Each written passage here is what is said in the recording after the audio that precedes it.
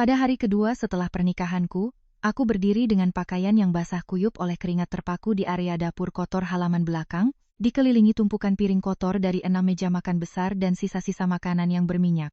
Seluruh keluarga suamiku yang sudah kenyang sedang duduk santai menonton televisi di ruang tamu. Saat aku baru saja masuk ke dalam rumah, memberanikan diri membuka mulut untuk meminta adik iparku membantuku membilas piring dengan satu baskom air.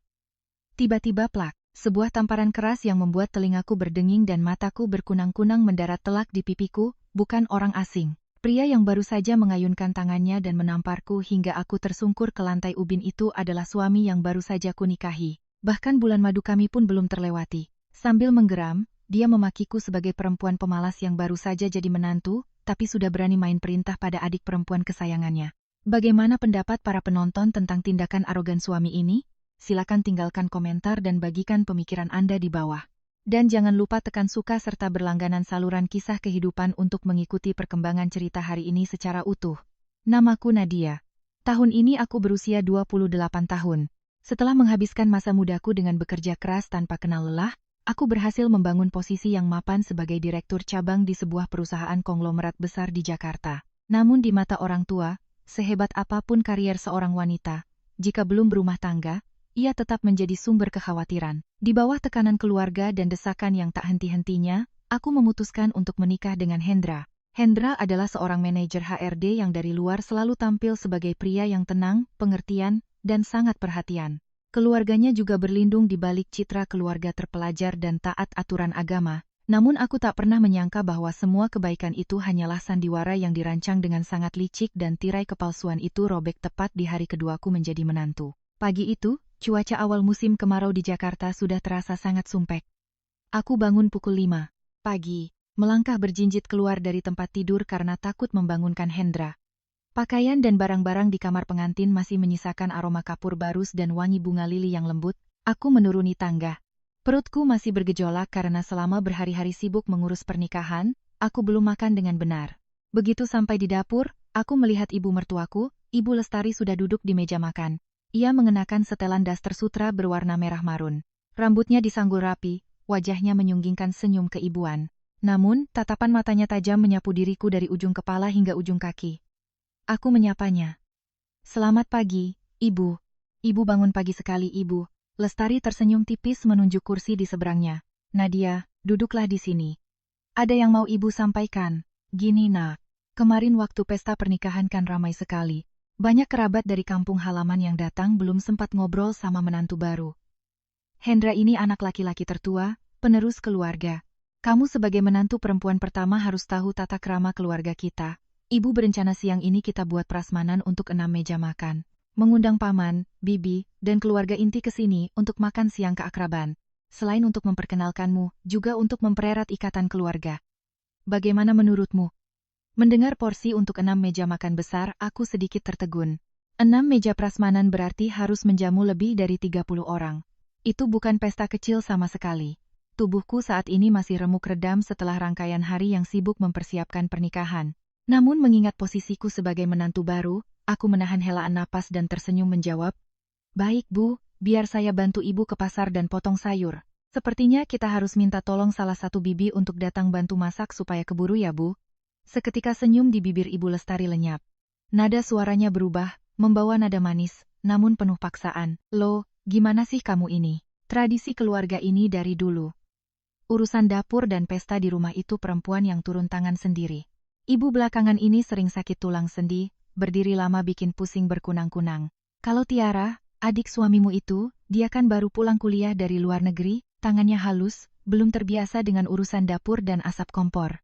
Hari ini adalah kesempatan buat kamu menunjukkan keterampilan memasakmu. Biar keluarga besar lihat kalau Hendra nggak salah pilih istri. Uang belanja sudah ibu taruh di atas kulkas, 500.000. Kamu atur-atur saja uang segitu biar cukup untuk 6 meja. Harus ada ayam kampung, udang, ikan gurame bakar, sama rendang ya, jangan bikin ibu malu.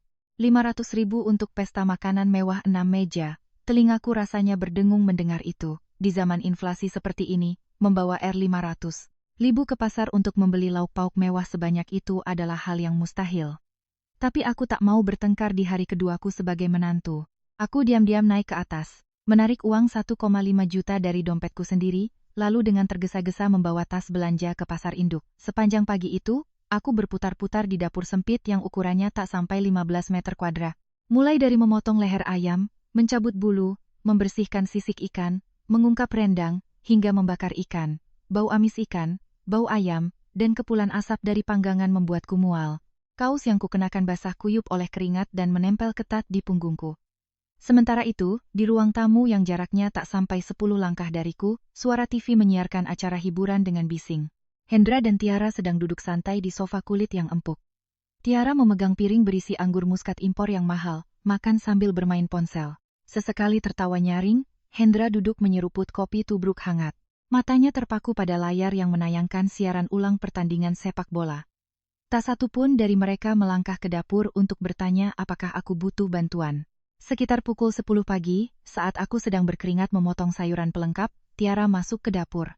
Dia mengenakan baju tidur tipis, berdiri bersandar di kusen pintu, menatapku dengan mata menyelidik. "Mbak Nadia, masaknya kok lambat banget sih? Keluarga kita biasa makan siang jam 11.30 teng. Mbak mending buruan deh. Keluarga besar udah mau datang." "Oh ya, tadi aku lihat Mbak beli udangnya kecil-kecil banget. Keluarga kita kalau makan hidangan laut kebiasaan ukurannya besar. Mbak ini udah jadi menantu sini. Sifat pelitnya dikurangin dong." Aku terpaku, pisau di tanganku berhenti di atas talenan kayu. Aku menahan diri, menarik napas dalam-dalam, mencoba menjaga suaraku tetap tenang. "Tiara, uang yang ibu kasih cuma 500.000 untuk 6 meja. Mbak harus pakai uang Mbak sendiri untuk bisa beli bahan sebanyak ini. Kalau kamu merasa Mbak lambat, tolong masuk dan bantu Mbak metikin daun kemangi biar Mbak bisa cepat nata makanan." Tiara mencibir menatapku dengan sinis.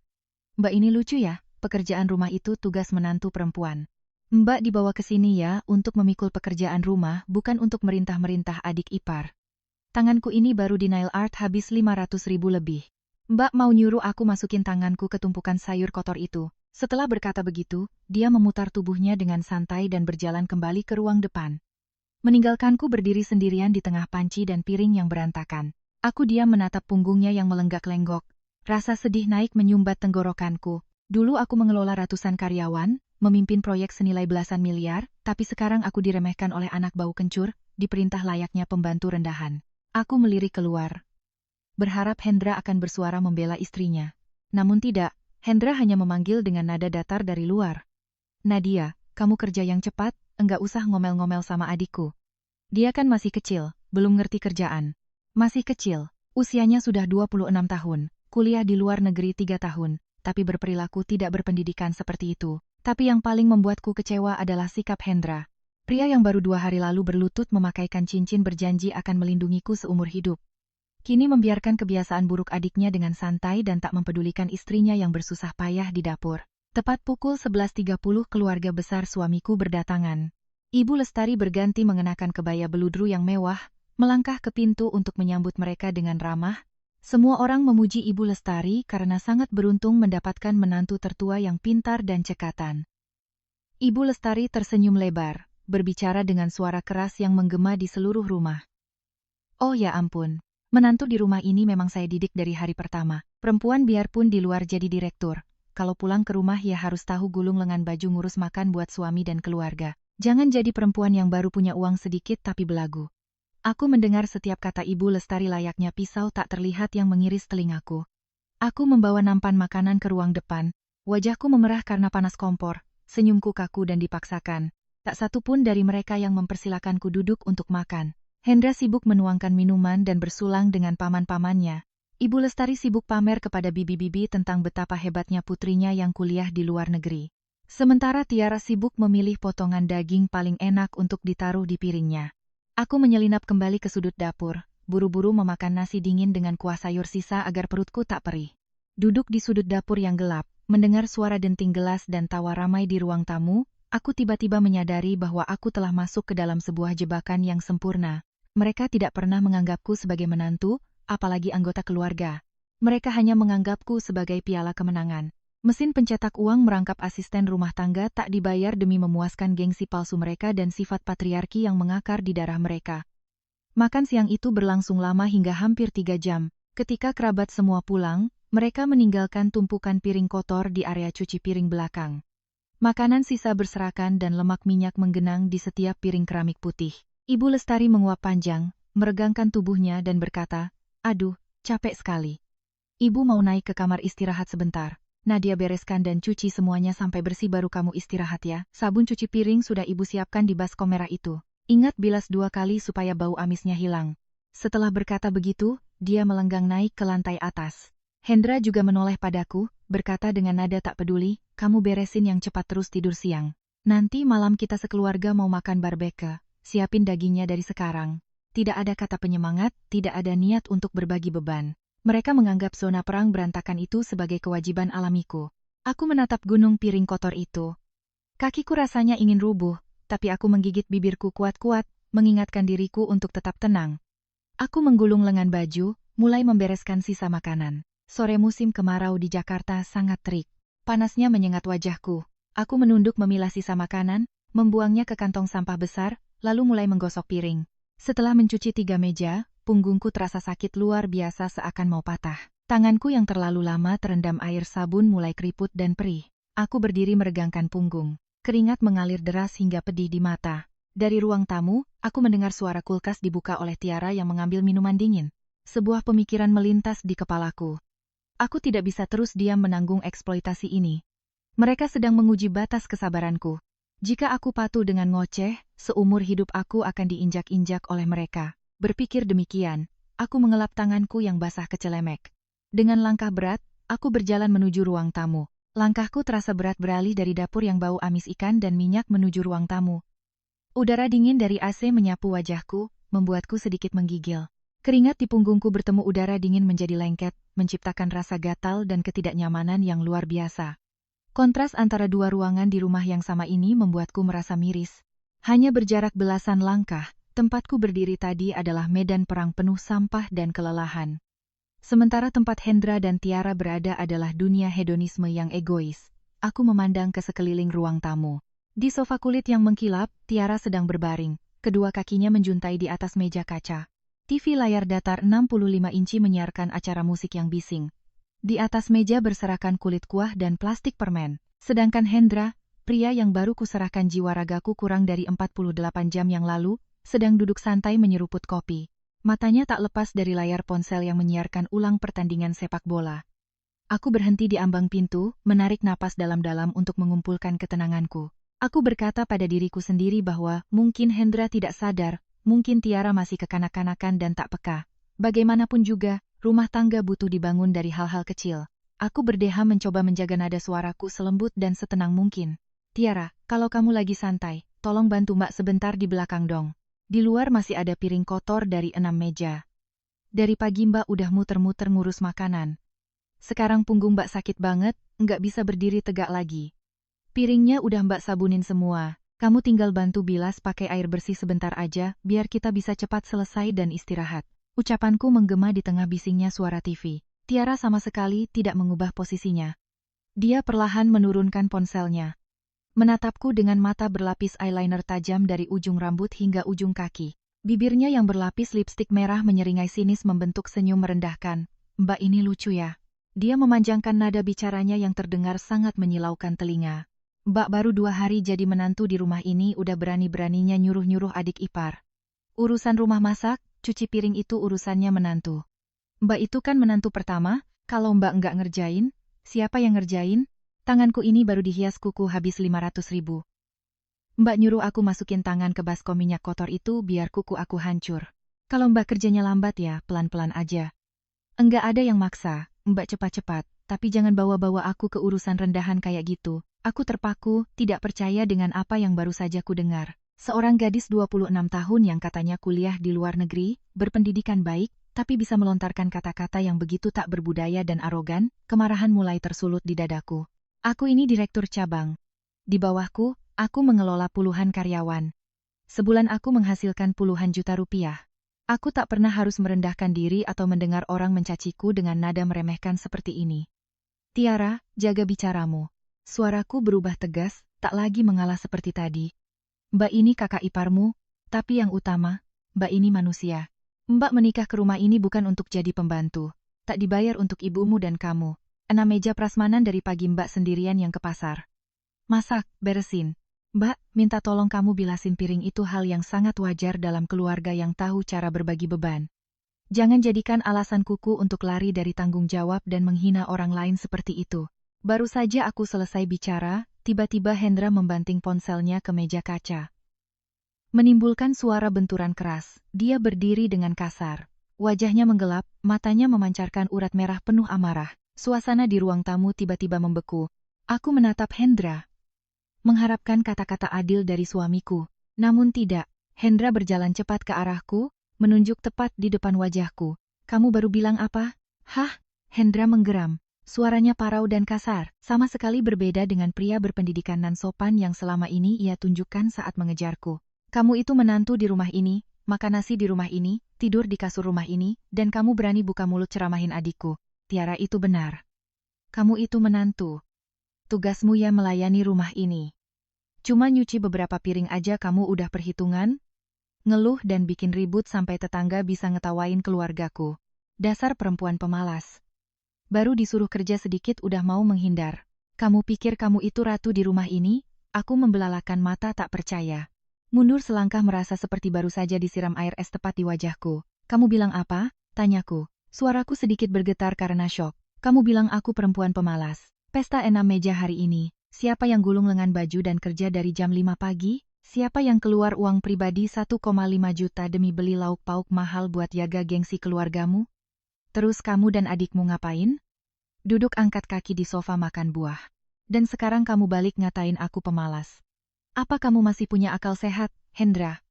Ucapanku ibarat api yang dilemparkan ke tumpukan mesiu.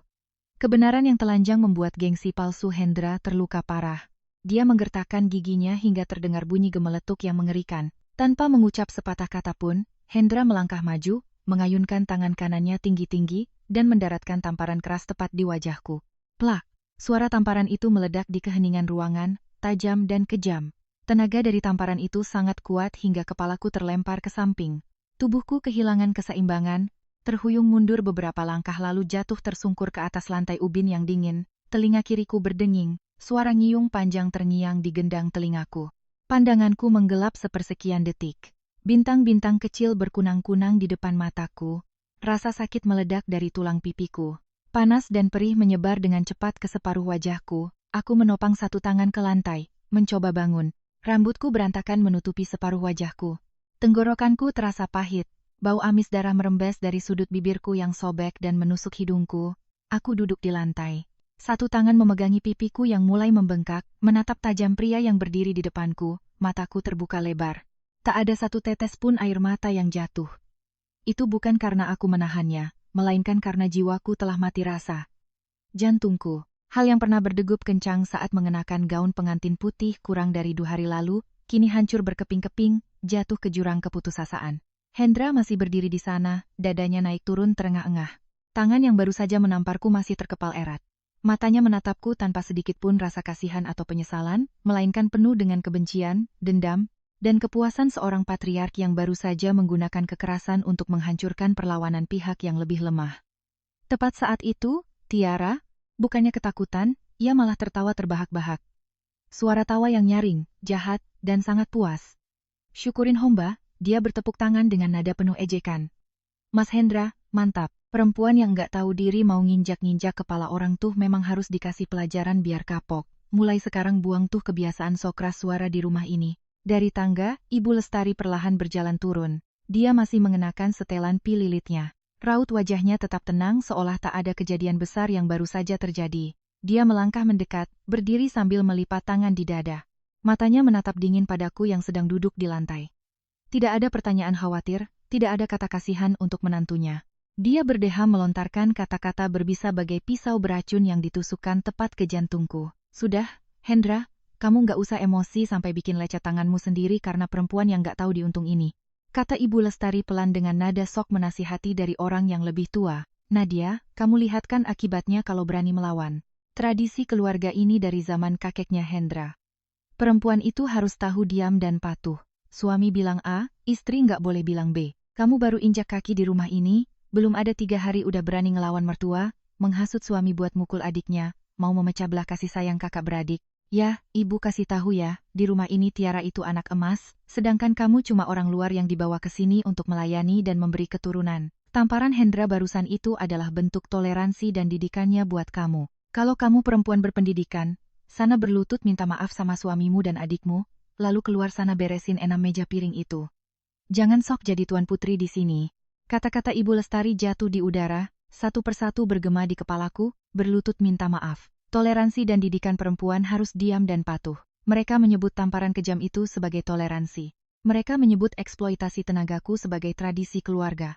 Seluruh keluarga ini, 3 manusia yang berlindung di balik kedok orang terpelajar dan taat beragama pada akhirnya menampakkan wujud asli mereka sebagai makhluk biadab, egois, dan kejam sampai ke tulang sumsumnya.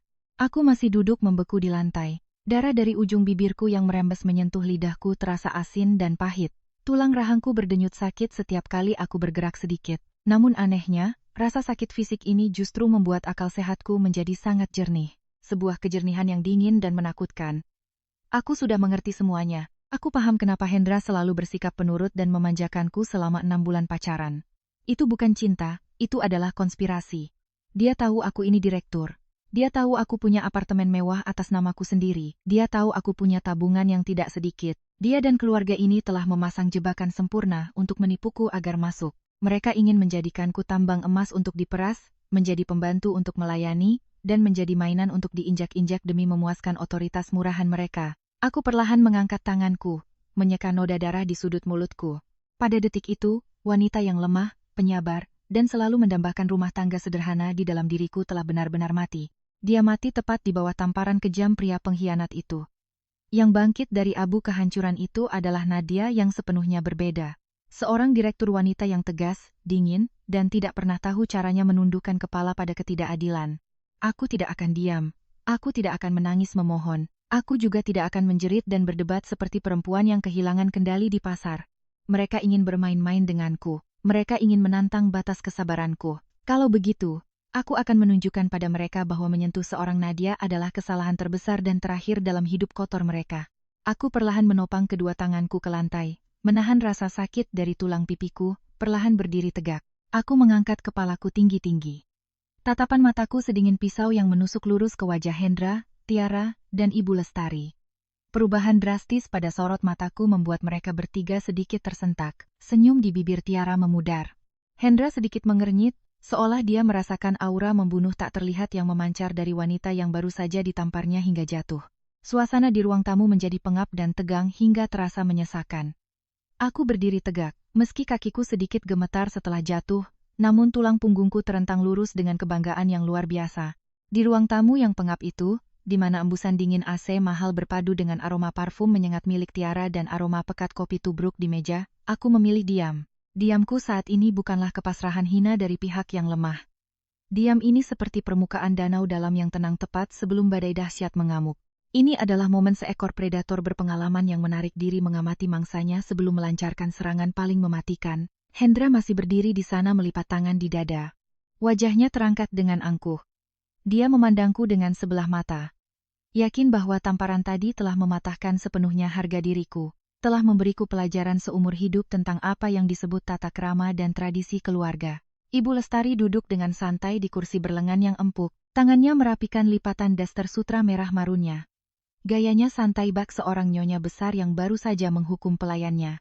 Sedangkan Tiara, adik ipar usia 26 tahun lulusan luar negeri itu, kembali memetik buah anggur muskat yang berair ke mulutnya, mengunyah sambil melemparkan tatapan mengejek padaku. Mereka menunggu aku akan menangis terseduh-seduh. Mereka menunggu aku akan menutupi wajahku lalu lari ke kamar atau menjerit seperti perempuan gila agar mereka punya alasan untuk terus menghinaku sebagai orang tak beradab. Tapi tidak, aku mengecewakan mereka. Nadia ini yang membangun kariernya sendiri, mengelola puluhan karyawan, menegosiasikan kontrak bernilai puluhan miliar rupiah, tidak akan pernah sudi menjatuhkan walau setetes pun air mata untuk sampah-sampah ini. Aku mengangkat tangan, merapikan rambutku yang berantakan di dahi, menyelipkannya ke belakang telinga. Pipi kiriku saat ini sudah bengkak, terasa panas membara. Aku sangat merasakan dengan jelas setiap cetakan dari 5 jari yang tercetak kuat di kulitku. Aku dengan santai merogoh saku celanaku, mengeluarkan ponsel pintar. Gerakanku lambat, tenang, dan sangat tegas hingga ruang di sekitar seolah melambat. Melihatku mengeluarkan ponsel, Hendra tersenyum sinis. Suaranya terdengar penuh tantangan dan cibiran. Kamu mau ngapain? Nelpon nangis-nangis ngadu sama orang tuamu. Udah umur hampir 30 tahun, tapi sedikit-sedikit panggil orang tua. Kamu nggak malu? Silakan telepon. Suruh bapak ibumu datang ke sini, biar aku kasih tahu mereka gimana anak perempuannya dididik sampai berani ke rumah suami, sok merintah adik ipar. Ibu Lestari ikut menimpali dengan kata-kata tajam. Benar itu. Telepon aja mertuaku ke sini biar ibu tanya gimana mereka ngedidik anak, baru jadi mantu. Belum 3 hari udah berani bantah mertua menghasut suami mukul adiknya. Anak perempuan kalau udah nikah itu ibarat air yang dibuang. Kalau kamu bikin masalah di rumah ini, orang tuamu juga yang nanggung malu, mending kamu sadar diri. Simpan HP-mu.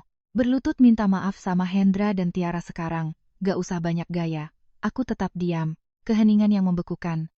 Aku tidak membalas sindiran mereka. Aku membuka layar ponselku, perlahan mengusap ke ikon kamera dan menyalakan kamera depan.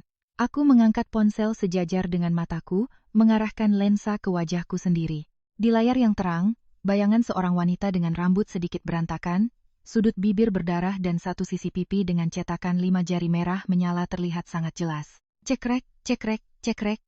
Suara shooter kamera berbunyi berturut-turut 3 kali memecah keheningan ruang tamu. Tindakanku yang aneh itu membuat ketiga manusia keluarga itu tercengang. Mereka melotot memandangku, tidak mengerti apa yang sedang direncanakan oleh wanita yang baru saja ditampar itu. Tiara buru-buru memuntahkan biji anggur ke tangannya, mengerutkan dahi, lalu bertanya dengan keras, "Mbak gila ya?" Dipukul sampai pipinya bengkak, enggak tahu malu malah selfie. "Mbak mau posting di sosmed buat cari simpati ya? Dasar perempuan sakit jiwa."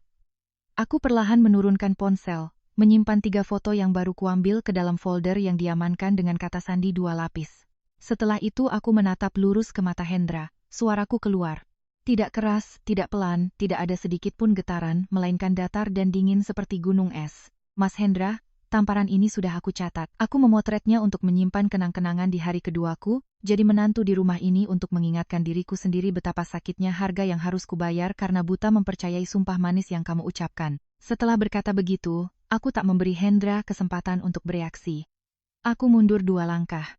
Jariku di atas layar ponsel diam-diam menyentuh ikon perekam suara. Aplikasi perekam mulai berjalan, menghitung setiap detik satu persatu. Menyerap setiap suara kejam di rumah ini. Aku mendongak menatap Ibu Lestari. Wajahku menunjukkan ekspresi tenang yang luar biasa. Aku bersuara sengaja menanyakan kembali pertanyaan untuk memancing mereka mengucapkan kata-kata paksaan demi menciptakan bukti kuat yang tak bisa disangkal. "Ibu, tadi ibu bilang aku harus ngapain?" Tanyaku. Nada suaraku direndahkan seolah pura-pura penurut. "Ibu bilang aku harus berlutut minta maaf sama Mas Hendra dan Tiara kan?" Mendengar itu, Ibu Lestari mengira aku sudah ketakutan, sudah mau mengalah, langsung dengan bangga meninggikan suaranya untuk menceramahiku. Rekaman di ponselku menangkap setiap katanya tanpa terlewat. "Betul. Kalau kamu salah, kamu harus berlutut minta maaf. Keluarga ini keluarga terpelajar. Dari dulu menantu yang masuk rumah ini harus tahu tunduk sama suami. Hendra itu tulang punggung keluarga.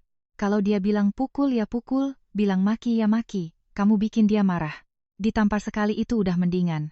Kalau Tiara dia itu adik kandung suamimu, kamu punya tanggung jawab melayani dia, bukan buka mulut nyuruh-nyuruh dia kerjain kerjaan rumah. Jangan mentang-mentang kamu direktur di perusahaan apa itu. Kalau di rumah ini kamu bisa seenaknya, di rumah ini kamu itu cuma menantu yang ngurus masakan dan nyapu rumah. Paham?" Aku mengangguk pelan. Bibirku menyunggingkan senyum tipis yang tak terlihat. Setiap kata arogan yang merendahkan martabat perempuan dan paksaan kekerasan dari Ibu Lestari, telah direkam permanen menjadi berkas audio yang jernih.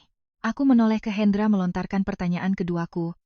"Dan kamu Hendra, kamu nampar aku sampai jatuh dan bibirku sobek. Cuma karena aku minta tolong adikmu bilasin piring. Kamu itu pria berpendidikan manajer HRD. Kamu merasa tindakan kekerasan sama istrimu itu hal yang benar dan patut dibanggakan." Mata Hendra melotot, gengsi palsu seorang patriark yang terprovokasi. Dia sama sekali tak sadar sedang memasukkan lehernya sendiri ke dalam jerat yang telah kusiapkan. Dia menggeram menunjuk tepat ke wajahku. "Aku mukul kamu, terus kenapa? Kamu itu istriku. Aku berhak mendidikmu. Jangan cuma tamparan. Kalau kamu masih berani kurang ajar, enggak ngehargain ibuku dan adikku, aku bisa patahin kakimu. Kamu pikir mentang-mentang punya uang sedikit kamu bisa beli rumah ini? Minta maaf. Di sini aturan aku yang buat. Kalau kamu nggak bisa patuh, mending kamu pergi. Sempurna. Rekamannya sangat sempurna. Setiap ancaman kekerasan, Setiap pengakuan atas tindakan memukulnya telah tertanam kuat di profil bukti. Aku melirik Tiara, sang adik kesayangan. Aku tidak perlu bertanya. Tiara dengan sendirinya menimpali, berkontribusi menambah beratnya hukuman bagi keluarga ini. Mbak sudah dengarkan apa kata masku? Tiara mendongakkan dagunya, melontarkan kata-kata dengan sombong. Mending Mbak merangkak keluar sana ke halaman belakang. Beresin tuh 6 meja piring berminyak, cuci yang bersih, pecah 1, ganti 1. Terus nanti pergi beli daging sapi kualitas premium buat kita barbek nanti malam. Udah jadi babu, lakuin aja tugas babu dengan benar. Enggak usah banyak bantah. Aku diam menatap ketiga manusia yang sedang mabuk dalam ilusi kekuasaan mereka. Mereka pikir mereka adalah raja dan ratu yang bisa semena-mena menginjak-injak harga diri seorang wanita. Mereka pikir kekuatan kekerasan dan ceramah kuno bisa mengubah wanita yang mandiri dan berdaya menjadi alat budak di keluarga. Tapi mereka salah besar. Mereka terlalu picik dan bodoh. Mereka tidak tahu bahwa ketenanganku saat ini adalah vonis mati bagi pernikahan busuk ini. Aku mengangkat tangan dan menekan tombol berhenti merekam. Berkas audio berdurasi lebih dari 4 menit itu tersimpan aman hanya dengan satu sentuhan kecil. Aku mengunggah seluruh foto dan rekaman audio itu ke penyimpanan cloud berkeamanan tinggi milikku dan sekaligus mengirimkan salinannya ke email pribadi cadanganku. Aku melakukan semua itu dengan sangat natural. Wajahku tak berubah pucat karena aku telah menggenggam senjata pamungkas yang bisa menghancurkan kedok agama dan etika palsu mereka kapan saja. Pikiranku menjadi sangat ringan. Aku perlahan mengangkat wajah, memasukkan kembali ponsel ke saku celana. Tatapan mataku menyapu wajah mereka satu persatu. Dari Ibu Lestari yang tua dan arogan, Hendra si patriark yang kasar, dan terakhir Tiara, gadis yang dimanja hingga kepribadiannya hancur. Rasa percaya diri dan kesombongan di wajah mereka tiba-tiba terhenti. Mereka mulai merasakan ada sesuatu yang tidak wajar. Tatapan mataku bukanlah tatapan burung kecil yang terkurung di sangkar dan ketakutan, melainkan tatapan elang yang mengintai tikus got yang kotor. Hawa dingin yang memancar dariku seolah menyedot habis udara di ruangan. Ibu Mas Hendra, dan kamu juga Tiara. Aku mulai berbicara perlahan namun tegas, suaranya bergema seakan memukul gendang telinga mereka. Semua pelajaran yang keluarga ini berikan padaku hari ini sudah kucatat tanpa terlewat satu kata pun. 6 meja piring di luar sana. Siapa yang makan dialah yang cuci. Nadia ini lahir dan dibesarkan. Disekolahkan setinggi-tingginya oleh orang tua adalah untuk berkontribusi di masyarakat. Menciptakan nilai belasan miliar rupiah bukan untuk dibawa kemari jadi tempat sampah pelampiasan amarah kalian juga bukan untuk berlutut minta maaf pada manusia-manusia tak berhati nurani. Wajah Hendra berubah drastis. Dia melangkah maju berniat menamparku untuk kedua kalinya. Tapi aku tak mundur. Aku membelalak menatap lurus ke arahnya. Mataku setajam silet yang membuatnya terhenti di tengah jalan. Coba saja kau sentuh aku sekali lagi, kataku dengan dingin. Satu tamparan adalah batas terakhir. Kalau kau berani mengangkat tanganmu lagi, aku berjanji harga yang harus kau bayar bukan cuma uang, tapi hancurnya seluruh reputasi dan sisa hidup keluargamu ini. Setelah selesai bicara, aku berbalik dengan tegas, tak mempedulikan wajah terperangah dan mulut menganga mereka bertiga. Mereka seolah lumpuh oleh serangan balik kata-kataku yang tajam dan auraku yang mengintimidasi. Aku melangkah dengan mantap, berjalan lurus ke halaman belakang. Tumpukan piring berlemak dan amis masih berserakan di area cuci yang basah. Aku tak sudi meliriknya sedikit pun. Aku melangkah maju, melepaskan celemek biru muda yang terikat di pinggangku. Celemek yang basah oleh keringat dan noda minyak itu kulemparkan dengan tatapan jijik tepat ke tengah tumpukan piring yang paling berantakan. Bunyi celemek yang jatuh menimpa piring terdengar sangat jelas. Itu adalah bunyi perpisahan, tanda titik akhir dari kesabaran dan pengorbananku yang sia-sia untuk keluarga busuk ini. Aku mencuci kedua tanganku di bawah keran air dingin, merapikan rambutku, lalu dengan santai berjalan masuk ke dalam rumah, menaiki tangga menuju lantai 2 menuju kamar pengantin, yang sudah terasa dingin, meninggalkan gumaman dan makian lemah dari Ibu Lestari dan anak-anaknya, yang mulai terdengar setelah mereka sadar dari intimidasi mentalku. Tapi, sekarang suara-suara itu tak lagi masuk ke telingaku. Mereka hanya boneka yang menari-nari dalam keputusasaan. Sedangkan aku sedang bersiap menekan tombol nasib untuk mengakhiri sandiwara konyol ini. Aku berbalik berjalan, meninggalkan halaman belakang yang kotor, penuh minyak dan gumaman marah dari keluarga suamiku. Setiap langkah kakiku menginjak anak tangga berlapis kayu jati yang mengkilap. Bunyinya menggema teratur, dingin, dan kering seperti hatiku saat ini. Kelelahan luar biasa setelah seharian memasak seolah lenyap sepenuhnya. Digantikan oleh energi yang tajam dan kesadaran jernih yang mengalir di setiap serat ototku. Aku masuk ke kamar pengantin di lantai 2. Kamar seluas 40 meter kuadrat yang dihiasi pita merah dan dekorasi janur kuning yang rumit. Udara di dalam kamar masih menyisakan aroma kapur barus dan wangi bunga lili. Aroma yang membuatku merasa hangat dan bahagia kurang dari 2 hari yang lalu. Namun sekarang melihat segala dekorasi pernikahan itu, mataku hanya terasa silau dan menganggapnya sangat konyol. Itu ibarat sangkar emas yang disamarkan dengan cantik untuk mengurung burung yang polos. Tapi sayangnya mereka mengurung burung Raja Wali yang salah. Hal pertama yang kulakukan saat masuk kamar adalah meraih gagang pintu dari kuningan, memutarnya 2 kali dengan kuat. Bunyi klik kering terdengar. Selot baja tebal mengunci pintu. Aku bahkan dengan hati-hati menarik selot pengaman tambahan di atas, memastikan tak ada yang bisa memakai kunci cadangan atau mendobrak paksa dari luar. Pintu kayu jati yang tebal itu tertutup, memisahkan sepenuhnya dunia pengap, palsu, dan penuh kekerasan di luar sana dengan ruang privatku. Aku berdiri bersandar di pintu, memejamkan mata, menarik napas dalam-dalam, lalu menghembuskannya perlahan. Keheningan mutlak menyelimutiku, tapi keheningan ini tak membuatku takut. Sebaliknya, ini seperti lapisan pelindung yang membantuku mengisolasi diri untuk memetakan langkah selanjutnya. Benar dugaanku, belum sampai 3 menit kemudian, dari lantai bawah, terdengar suara langkah kaki berat berlarian menaiki tangga. Hendra mengejarku. Dia berlari ke depan pintu kamarku, menggunakan tangannya yang besar untuk menggedor permukaan kayu jati itu, menghasilkan suara dentuman yang menggetarkan lorong lantai 2. Nadia, buka pintunya. Sekarang juga. Suara Hendra menggeram parau dan penuh ancaman. Kamu pikir kamu sembunyi di dalam situ urusan selesai? Kalau berani buka pintunya, kita ngomong baik-baik. Kamu mau bikin keributan di rumah ini terus sekarang kamu kunci pintu mau tidur.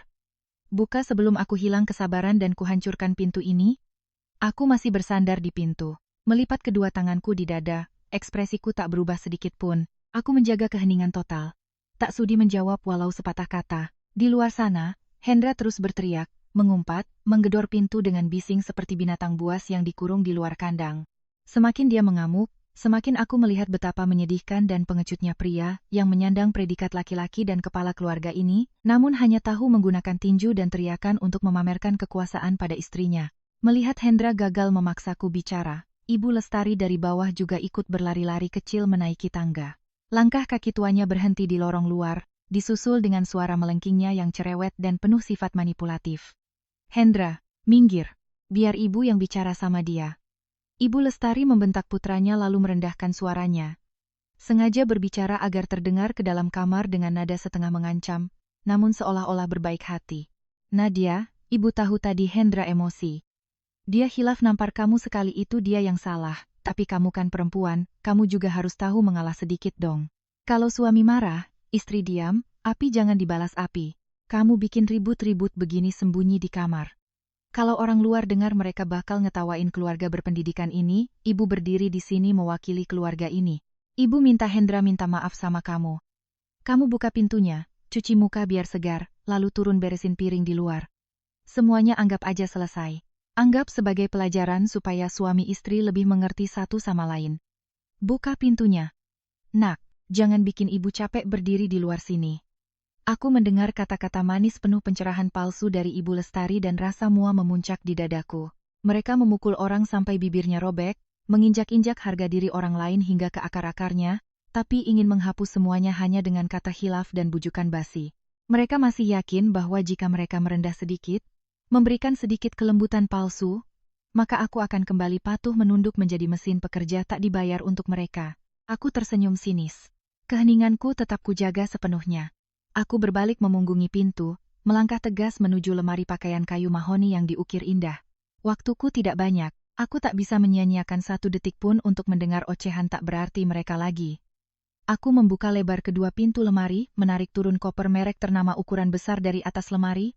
Aku membuka ritleting koper, mulai mengemasi barang-barang pribadiku. Aku tidak membawa gaun-gaun sutra mahal, juga tidak membawa kosmetik mewah. Aku hanya memilih 3 setel pakaian kerja formal yang elegan, 1 setel baju tidur, beberapa perlengkapan mandi penting, dan melemparkannya rapi ke dalam koper. Tanganku bekerja dengan cekatan, otakku menyusun segalanya dengan urutan logis dan sangat dingin. Setelah selesai mengemas pakaian, aku berjalan ke sudut kamar. Tempat brankas digital kecil disembunyikan di dalam laci. Ini adalah brankas yang kubawa dari apartemenku sebelum hari pernikahan. Hendra sama sekali tidak tahu kata sandinya. Aku dengan cepat menekan kombinasi angka yang sudah kukenali. Pintu brankas terbuka, di dalamnya tidak banyak uang tunai, tapi berisi dokumen-dokumen paling penting yang menentukan hidup dan karierku. Dengan hati-hati, Aku mengeluarkan tumpukan dokumen yang dibungkus map plastik kedap air. Di dalamnya terdapat KTP, paspor, ijazah, dan sertifikat izin usaha cabang perusahaanku.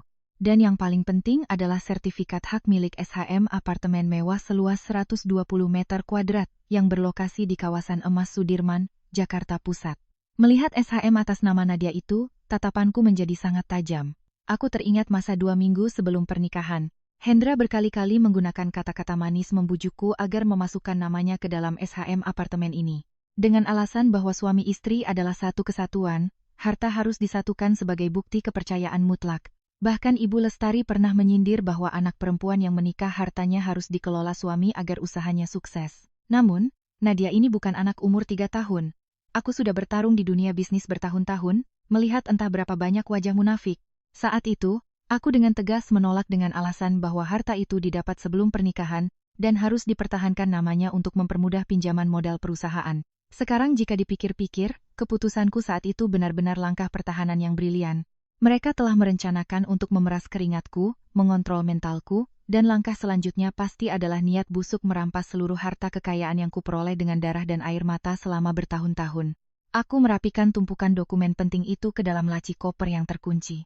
Selanjutnya, aku mengeluarkan semua perhiasan, logam mulia, dan berlian yang diberikan oleh orang tua kandungku serta mitra bisnismu di hari pernikahanku. Aku sama sekali tidak mengambil satu barang pun yang merupakan milik keluarga Hendra. Dari mulai cincin kawin emas 3 gram hingga kalung murah yang dipakaikan Ibu Lestari padaku di pelaminan. Aku melepas cincin kawin di jari manisku, menatapnya dengan tatapan sangat jijik, lalu melemparkannya begitu saja ke atas meja rias kaca. Bunyi logam berbenturan dengan kaca menghasilkan suara kering, menandai berakhirnya cinta penuh kebohongan dan pernikahan yang mati.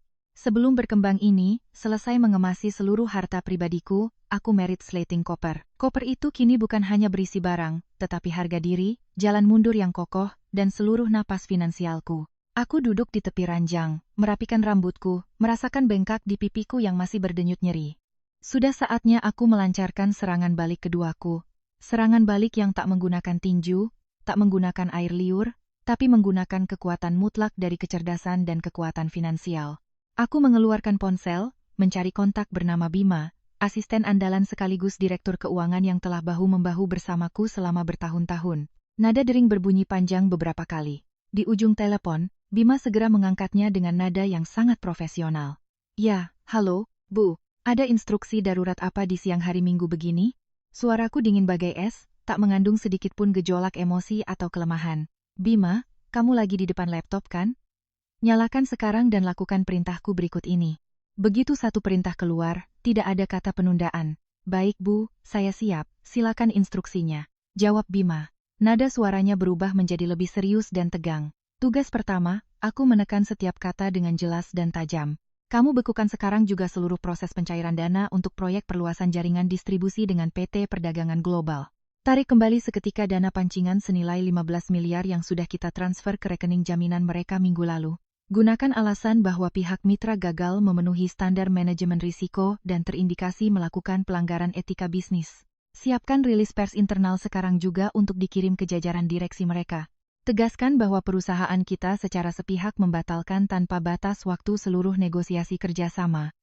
Di ujung telepon, Bima sedikit terhenti sedetik, jelas sekali dia sangat terkejut. Bu, proyek 15 miliar ini kan Pak Hendra, suami ibu yang jadi penjamin dan penghubung utamanya. Minggu lalu dia baru saja bikin pesta syukuran karena berhasil nenggolin kontrak dengan kita dan dia bersiap dipromosikan jadi wakil direktur. Kalau kita tarik dana tiba-tiba begini, perusahaan sana akan langsung kena krisis likuiditas. Pak Hendra pasti akan dimintai pertanggungjawaban ganti rugi dan terancam dipecat. Ibu yakin dengan keputusan ini? Aku tertawa sinis. Senyuman yang lebih dingin dari badai salju. Sangat yakin kamu tidak perlu banyak tanya. Jalankan saja sesuai perintahku. Mereka pikir mereka bisa dengan mudah mengambil uang Nadia ini sebagai batu loncatan untuk mempromosikan pria tak berguna. Aku akan membuat pria itu paham di mana letak kekuasaan yang sebenarnya dan siapa yang memegang tombol pencabut nyawa dalam papan catur bisnis ini. Ketika perusahaan global itu kehilangan dana 15 miliar, sistem rantai pasokan mereka akan hancur dalam 24 jam ke depan. Jajaran direksi sana akan menyeret orang yang memberi jaminan yaitu dia untuk bertanggung jawab. Itu adalah harga yang harus dibayarnya untuk tamparannya hari ini. Siap. Laksanakan Bu. Saya akan proses penarikan dana sekarang juga dalam 15 menit ke depan. Ada instruksi lain, Bu?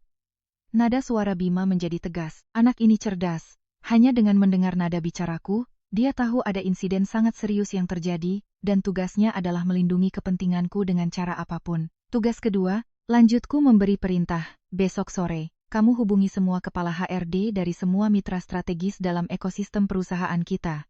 Masukkan nama Hendra ke dalam daftar hitam, blacklist. Beritahu mereka secara diam-diam. Perusahaan manapun yang berani mempekerjakan pria ini otomatis akan dicoret dari daftar prioritas tender perusahaan kita. Aku mau memutus setiap jalan karirnya di industri ini. Manusia yang tak punya moral, tak tahu cara menghargai perempuan, tak pantas menginjakan kaki di dunia bisnis elit. Siap, Bu. Jawab Bima sigap. Operasi Burung Phoenix Api. Blokade ekonomi terhadap individu bernama Hendra resmi dimulai detik ini. Apa Ibu butuh saya kirim beberapa orang security untuk mengamankan Ibu? Aku menggeleng meski tahu Bima tak melihatnya. Enggak usah. Mereka itu cuma pengecut yang berani karena keroyokan. Mereka enggak punya nyali buat ngapa-ngapain aku. Kamu urus saja blokade keuangannya dengan baik, biar aku sendiri yang selesaikan sisanya di sini. Ingat, semua tindakan harus cepat, bersih, legal, dan tidak meninggalkan celah sedikit pun bagi mereka untuk melawan. Aku menutup telepon, melemparkannya ke atas ranjang yang empuk. Di luar pintu kayu jati itu, suara gedoran sudah mulai mereda. Hendra tampaknya sudah kelelahan dan serak. Ibu Lestari juga tidak lagi melontarkan kata-kata mutiaranya. Hanya terdengar suara gumaman ibu dan anak itu yang saling memaki satu sama lain karena gagal memaksaku membuka pintu. Mereka pikir aku sembunyi di kamar untuk menangis, meratapi diri, atau memikirkan apakah harus merendahkan diri dan minta maaf. Mereka terlalu bodoh untuk membayangkan bahwa hanya dalam waktu kurang dari 20 menit keheningan yang singkat ini, sang menantu yang mereka anggap seperti sampah telah diam-diam menghidupkan mesin penghancur yang akan menggilas habis masa depan, karier dan reputasi seluruh keluarga itu. Hendra dulunya sangat bangga pamer kepada kerabatnya bahwa dia adalah pria berbakat, pilar kokoh keluarga. Namun kenyataannya kemampuannya hanya berada di bawah rata-rata kursi manajer HRD yang didudukinya dan juga kesempatan promosi menjadi wakil direktur berkat proyek 15 miliar itu. Semuanya adalah hasil dari campur tanganku diam-diam, dukunganku, dan koneksi relasiku yang menggurita di dunia bisnis. Aku dulu pernah sangat toleran, pernah berniat mengangkat derajat priaku untuk membangun masa depan bersama. Namun ketika dia mengayunkan tangannya dan mendaratkan tamparan kejam itu ke wajahku, dia sendiri yang menghancurkan mangkuk emasnya. Keangkuhan patriarki telah membutakan akal sehatnya membuatnya lupa akan satu fakta fundamental. Tanpa dukungan Nadia ini, dia hanyalah sebutir debu tak berarti seorang pengangguran yang akan segera disingkirkan oleh kejamnya masyarakat ibu kota. Aku berdiri berjalan ke kamar mandi, membilas wajahku dengan air dingin. Air sejuk yang mengalir melewati luka bengkak di pipiku membuatku merasa lebih sadar dari sebelumnya. Aku mengambil bedak, menepuk lapisan tipis di atas bekas tamparan itu. Riasan ini bukan untuk menyembunyikan kelemahan, melainkan untuk menjaga agar wajahku tetap terlihat sempurna, dingin, dan penuh wibawa. Saat aku berhadapan dengan mereka untuk terakhir kalinya di rumah ini, aku menyanggul rapi rambut panjangku tinggi-tinggi, memperlihatkan dahiku yang mulus dan leherku yang angkuh. Aku melepas baju rumahan yang kusut, menggantinya dengan setelan jas kerja wanita berwarna hitam pekat yang dijahit dengan sempurna, dipadukan dengan mantel tipis di luarnya. Penampilanku saat ini tak lagi menyisakan bayangan menantu baru yang pasrah pada nasib sial, melainkan gambaran seorang eksekutif wanita tangguh yang sedang bersiap turun ke medan perang untuk membersihkan sisa pertempuran. Aku memasukkan kakiku ke dalam sepatu hak tinggi hitam berujung runcing, menciptakan bunyi ketak-tak yang tajam di lantai kayu. Aku menarik koper ke dekat pintu, tangan kiriku memegang tas desainer mahal yang berisi dokumen nyawaku, tangan kananku menempel pada gagang pintu besi yang dingin. Semua jalan mundur telah dijaga dengan kokoh. Semua hukuman ekonomi paling kejam telah diaktifkan. Aku sudah sepenuhnya siap melangkah keluar dari neraka dunia yang berkedok keluarga terpelajar ini. Di luar sana, keluarga mereka pasti masih duduk di ruang tamu menungguku turun mencari maaf. Mereka pasti membayangkan adegan di mana aku berjalan keluar dengan ketakutan, menundukkan kepala, berlinang air mata, dan berguma meminta maaf. Mereka akan terus melontarkan makian, memberiku pelajaran lagi agar mereka puas. Namun mereka tidak tahu, begitu pintu ini terbuka, itulah saat mimpi buruk mereka yang sebenarnya dimulai. Aku menyunggingkan senyum tipis di sudut bibir.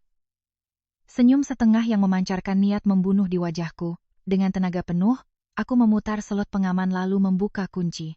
Bunyi kunci terbuka, terdengar seperti suara palu hakim yang diketuk di atas meja. menjatuhkan vonis mati bagi para bajingan yang berani menginjak-injak harga diriku. Pintu kayu jati terbuka perlahan. Cahaya dari lorong menyinari siluet anggun dan tak tertundukkan dari seorang wanita yang baru saja bangkit dari rasa sakit yang luar biasa. Bunyi roda koper besarku bergesekan dengan lantai kayu menghasilkan suara gemuruh kecil yang kering dan teratur. Dengan satu tangan menarik koper, satu tangan membawa tas mewah. Aku menghentakkan setiap ketukan sepatu hak tinggiku menuruni anak tangga. Suara heels itu bergema dengan bangga. Sangat tegas, layaknya ketukan jenderang perang yang merobek ruang hampa dan pengap rumah ini. Di ruang tamu lantai bawah, 3 manusia bermarga keluarga Hendra masih duduk bertahta di sofa mahal. Mereka masih sibuk mengunyah kuaci, menyeruput kopi, dan mungkin sedang tersenyum puas menunggu momen di mana menantu baru ini turun dengan ketakutan, menundukkan kepala dan berlinang air mata, untuk mengemis ampunan. Namun begitu siluetku muncul di tengah tangga, semua suara bising di ruang tamu tiba-tiba mati seketika. Mereka seolah membatu. 3 pasang mata membelalak lebar, terpaku menatap wanita yang sedang melangkah turun. Saat ini aku tak lagi memakai baju rumahan yang kusut, basah keringat, dan berbau minyak amis ikan seperti pagi tadi. Aku mengenakan setelan jas hitam elegan berpotongan rapi. Posturku tegap penuh keangkuhan. Rambut disanggul rapi menonjolkan dahiku dan tatapan mataku yang sedingin es abadi. Luka merah di pipiku telah tertutup sempurna oleh riasan tipis. Tak membiarkan sedikit pun jejak kelemahan atau luka batin terlihat, penampilanku tidak terlihat seperti korban KDRT yang sedang melarikan diri. Melainkan seperti seorang ratu yang sedang membersihkan kerajaannya, bersiap melengserkan para menteri yang memberontak. Orang pertama yang bereaksi adalah Tiara, adik ipar yang terbiasa bersikap kurang ajar dan sombong ini tiba-tiba terperangah. Kuaci yang sedang digigitnya jatuh ke pangkuannya. Tiara terbata-bata menunjuk ke arah koperku. Mbak bawa koper mau kemana? Mbak mau nakutin siapa? Habis dimarahin Mas Hendra nggak tahu diri buat minta maaf, sekarang malah drama mau minggat dari rumah buat cari perhatian. Enggak usah main sinetron deh mbak, di rumah ini nggak ada yang bakal kemakan drama kekanak-kanakan. Bah, aku menuruni anak tangga terakhir, berhenti di tengah ruang tamu. Berjarak sekitar 3 langkah dari tempat mereka duduk, aku melepaskan pegangan koper dalam diam. Tatapan mataku yang tajam menyapu wajah Tiara yang masih muda, namun penuh kelicikan. Diamku memancarkan tekanan yang tak kasat mata, sangat berat hingga membuat Tiara merinding. Dia buru-buru menarik jarinya dan menyusut ketakutan ke sudut sofa. Melihat adiknya ciut, Hendra membanting cangkir kopinya ke meja, berdiri dengan kasar. Wajahnya merah padam, urat-urat hijau menonjol di dahinya. Dia melangkah maju, menghalangi pintu keluar utama, merentangkan kedua tangannya dengan gaya seorang patriark yang sedang berusaha melindungi wilayah kekuasaannya yang sudah robek. Berhenti di situ. Hendra menggeram. Nadanya syarat akan otoritas palsu. Kamu bawa koper mau kemana? Siapa yang ngasih izin kamu keluar dari rumah ini? Aku baru ngasih kamu pelajaran kecil dan kamu udah berani bertingkah mau kabur. Kamu pikir mentang-mentang kamu punya uang dan posisi di luar sana. Kamu bisa seenaknya di sini, aku kasih tahu ya. Kamu udah menginjakkan kaki di rumah ini. Udah sah secara agama, hidup jadi orang rumah ini, mati pun harus jadi hantu di rumah ini. Kalau kamu berani melangkah keluar dari pintu itu, satu kota Jakarta ini bakal ngatain kamu perempuan murahan. Baru nikah 2 hari udah kabur dari suami. Kalau kamu hebat, coba aja melangkah. Bakal kubuat kamu enggak punya muka lagi buat hidup di masyarakat. Ancaman murahan dan berbau tradisi kuno dari Hendra sama sekali tidak membuatku takut. Sebaliknya, itu hanya membuat rasa jijik di hatiku memuncak. Aku tertawa. Tawa hambar, jernih namun penuh dengan ironi dan cibiran. Tawaku bergema di udara, menghantam langsung harga diri kosong pria pengkhianat itu. Mas Hendra, aku mulai bicara dengan pelan. Setiap kata dieja dengan jelas dan tajam layaknya pisau cukur. Kamu jangan pakai ceramah moral busuk dan kuno itu buat nakut-nakutin Nadia ini. Hidup dan mati di rumah ini, kamu menilai keluargamu terlalu tinggi. Keluarga macam apa yang ibu mertuanya penipu dan pemeras? Adik iparnya tak berpendidikan dan pemalas? Lalu suaminya tukang pukul, tak berguna. Pengecut yang cuma bisa sembunyi di balik daster ibunya dan pakai tinju untuk unjuk gigi pada perempuan. Neraka dunia ini biarpun digelar karpet merah bertabur berlian, Nadia tak sudi melangkah masuk setengah langkah pun. Ibu Lestari yang duduk di kursi mendengar makianku yang langsung dan tajam. Wajahnya berubah pucat pasi saking marahnya hingga kedua tangannya bergetar hebat. Dia memukul sandaran kursi dengan keras, berdiri sempoyongan, menunjuk tepat ke wajahku, lalu mendesis melalui sela-sela giginya. Kurang ajar. Anak perempuan enggak tahu diri. Kamu berani maki-maki keluarga suamimu begini hah? Kamu makan empedu macan ya? Berani begini. Tadi aku udah tutup mata mau kasih kamu jalan keluar, Suruh minta maaf biar bisa tetap tinggal. Kamu malah menghina keluarga terpelajar ini. Hendra, kunci pintunya rapat-rapat. Hari ini kalau aku nggak patahin kaki anak ini, aku bukan manusia. Pukul dia sampai dia tahu apa itu sopan santun keluarga. Pukul sampai kesombongannya hancur berkeping-keping. Melihat ibunya menyiram minyak ke dalam api, Hendra makin beringas. Dia menggulung lengan ke mejanya, melangkah maju ke arahku. Matanya melotot seperti binatang buas yang haus darah. Tapi baru saja dia melangkah 2 langkah, aku dengan dingin mengangkat satu tanganku, menatapnya dengan kilatan petir yang menancap lurus ke tengah sepasang matanya yang merah. Coba saja maju 1 langkah lagi. Suaraku sedingin es, tak ada nada getar sedikit pun. Kamu pikir aku perempuan lemah yang bisa kalian pukul dan kurung sesuka hati? Di dalam tas tanganku ini ada sertifikat hak milik apartemen mewah senilai belasan miliar atas namaku. Di dalam koper ini ada seluruh aset kehidupanku. Dan di dalam ponsel ini ada rekaman suara berdurasi 5 menit 32 detik yang merekam jelas ancaman pembunuhan, ancaman mematahkan kaki dari kalian. Ditambah foto pipiku yang tercetak 5 jarimu. Begitu kamu berani menyentuh sehelai saja rambutku detik ini juga, polisi akan langsung datang kemari dengan tuduhan penyekapan dan penganiayaan berat. Kamu mau taruhan masa depan busukmu denganku? Mendengar kata polisi dan bukti rekaman, langkah Hendra terhenti di udara. Wajahnya yang beringas tiba-tiba menegang, matanya terbuka lebar dipenuhi kepanikan luar biasa. Dia tidak bodoh. Dia bekerja di bagian HRD. Dia sangat paham nilai sebuah bukti hukum dan konsekuensi berurusan dengan polisi. Keangkuhan dan sifat tukang pukulnya seketika kempes seperti balon yang ditusuk jarum. Dia perlahan menurunkan tangannya, mundur setengah langkah, matanya bergerak liar mencari bantuan dari ibunya. Ibu Lestari tak kalah syok. Mulutnya menganga. Bibirnya gemetar tak mampu mengeluarkan sepatah kata. Keluarga ini terbiasa menggunakan sifat patriarki dan gaya preman pasar untuk mengintimidasi perempuan lemah.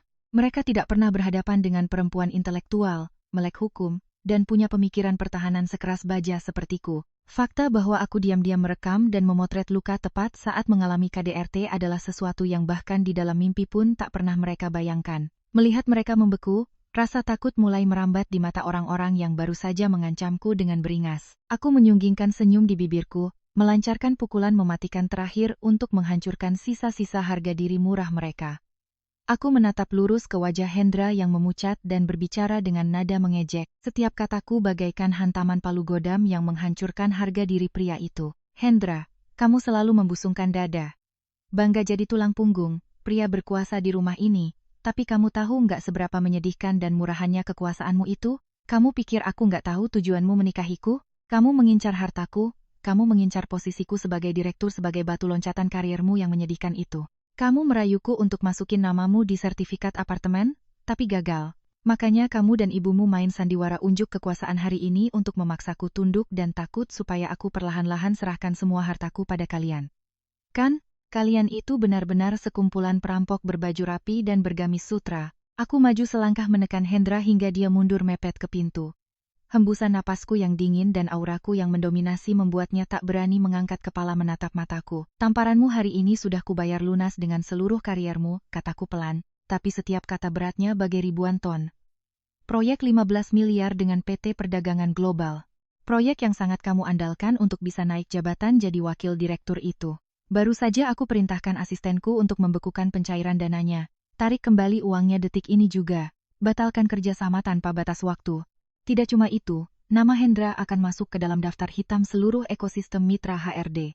Besok pagi saat kamu bawa tas kerjamu ke kantor, yang menunggumu bukan kursi mewah wakil direktur, melainkan surat pemecatan karena merugikan perusahaan miliaran rupiah, tumpukan utang raksasa yang enggak akan pernah bisa kamu bayar, dan penolakan dari seluruh sistem industri ini. Itulah harga termahal yang harus kau bayar karena berani mengangkat tangan memukul perempuan yang pernah sepenuh hati berjuang untukmu. Dunia Hendra runtuh seketika, kakinya lemas, tak mampu berdiri tegak. Dia harus berpegangan pada gagang pintu agar tak jatuh tersungkur. Wajahnya sepucat mayat, butiran keringat dingin bermunculan di dahinya. Dia terbata-bata, suaranya gemetar penuh kepanikan dan permohonan. Nadia, kamu bohong kan? Kamu nggak mungkin sekejam itu. Proyek itu adalah seluruh dedikasiku. Kalau kamu tarik dana sekarang, perusahaan sana bakal nuntut aku ke pengadilan minta ganti rugi. Aku bisa dipenjara. Nadia, aku mohon. Aku tahu aku salah tadi. Aku khilaf. Aku emosi. Pukul aku, maki aku. Tapi tolong jangan hancurkan jalan hidupku seperti ini. Suami istri kan sudah mengikat janji. Tolong hargai aku. Aku menatap pria bertubuh besar yang kini membungkuk gemetar memohon di depanku. Di hatiku tak ada sedikit pun rasa kasihan yang tersisa. Baru 5 menit yang lalu, dia masih menggeram ingin mematahkan kakiku ketika dia merasa berkuasa. Dia memilih untuk menginjak-injakku dengan kejam. Namun ketika dia kehilangan segalanya, baru dia bicara soal ikatan suami istri. Sifat pengecut itu hanya membuatku makin merasa jijik. Minggir, teriakku keras, suaraku menggelegar penuh wibawa. Jangan kotori pakaianku. Mulai detik ini, aku dan keluarga busuk ini tidak punya hubungan apa-apa lagi. Kita bertemu di pengadilan, tempat di mana hukum akan menelanjangi wajah asli kalian yang penuh kekerasan dan penipuan. Setelah berkata begitu, aku mendorong Hendra dengan kuat ke samping. Tubuhnya yang lemas terhuyung menabrak dinding. Aku mengulurkan tangan dan dengan tegas membuka lebar pintu utama rumah itu. Angin sore Jakarta yang sejuk berhembus masuk, meniup helai rambut di dahiku, menyapu bersih bau apa kepalsuan dari neraka dunia ini. Di luar gang, taksi mobil ukuran besar berwarna putih yang sudah dipesan asistenku Bima telah parkir menyala menungguku. Sopir berpakaian seragam rapi buru-buru keluar membuka pintu mobil membantu mengambil koper berat dari tanganku. Ibu Lestari saat ini baru tersadar, menyadari bahwa aset dan karir putranya telah kuhancurkan hanya dengan satu kalimat. Dia panik luar biasa, tak lagi mempedulikan gengsi keluarga terpelajarnya. Dia berlari ke pintu, memeluk lenganku erat-erat, menangis meratap dengan histeris. Nadia, ibu mohon, nak. Ya ampun nak, tegas sekali kamu menyudutkan keluarga suami sampai mati begini. Tiara itu masih kecil, Hendra cuma hilaf. Kamu kan orang dewasa, kamu berpendidikan, berlapang dadalah. Maafkan keluarga ibu. Nak, ibu janji mulai sekarang ibu bakal perlakukan kamu kayak ratu. Kamu mau apa aja ibu turuti. Tolong jangan pergi. Jangan tarik dana dari perusahaan Hendra. Ibu sujud sama kamu. Aku dengan dingin menghentakkan tanganku, melepaskan cengkeraman penuh kebohongan dari Ibu Lestari. Aku menepuk-nepuk lengan jas kerjaku seolah baru saja terkena kotoran sampah yang menjijikkan. Aku meliriknya dengan tatapan paling merendahkan. Ibu simpan saja air mata buaya itu. Waktu anak ibu nampar menantunya sampai bibirnya robek, kenapa ibu enggak menangis kasihan? Waktu ibu maksa menantu nyuci 6 meja piring penuh minyak, kenapa ibu enggak kepikiran soal lapang dada? Karma itu ada, Bu. Hukum tabur tuai tidak akan melewatkan siapapun. Harga yang harus keluarga ibu bayar hari ini adalah hasil dari benih yang ibu dan anak ibu tanam sendiri. Nikmati saja pelan-pelan. Setelah mengakhiri ucapanku, aku berbalik melangkahkan kakiku dengan bangga menuju taksi yang menunggu. Aku duduk di kursi belakang lalu membanting pintu mobil. Kaca mobil yang gelap perlahan naik, memisahkan sepenuhnya bayangan 3 manusia keluarga Hendra yang berdiri membeku hancur dan menutupi wajah mereka meratap histeris di depan pagar. Mereka memanggil namaku, mereka memohon. Mereka menjerit, tapi semuanya sudah terlambat. Taksi mulai melaju menembus jalanan sore ibu kota yang sibuk. Aku bersandar di jok kulit yang empuk, memejamkan mata. Setetes air mata hangat mengalir di pipiku. Itu bukan air mata kesedihan atau kehinaan. Itu adalah air mata kebebasan dari seorang wanita yang baru saja menghancurkan sendiri sangkar emas penjara untuk merebut kembali kebebasan serta harga dirinya. Karierku masih ada, hartaku masih aman. Dan yang terpenting, keberanian Nadia ini tidak pernah bisa dipatahkan. Pertarungan ini telah kumenangkan dengan telak dan secerdas mungkin. Taksi yang nyaman itu meluncur di jalanan Jakarta yang padat di waktu senja. Melalui kaca gelap mobil, aku menatap arus kendaraan yang berlalu lalang, merasakan kelegaan luar biasa meresap ke setiap sel tubuhku.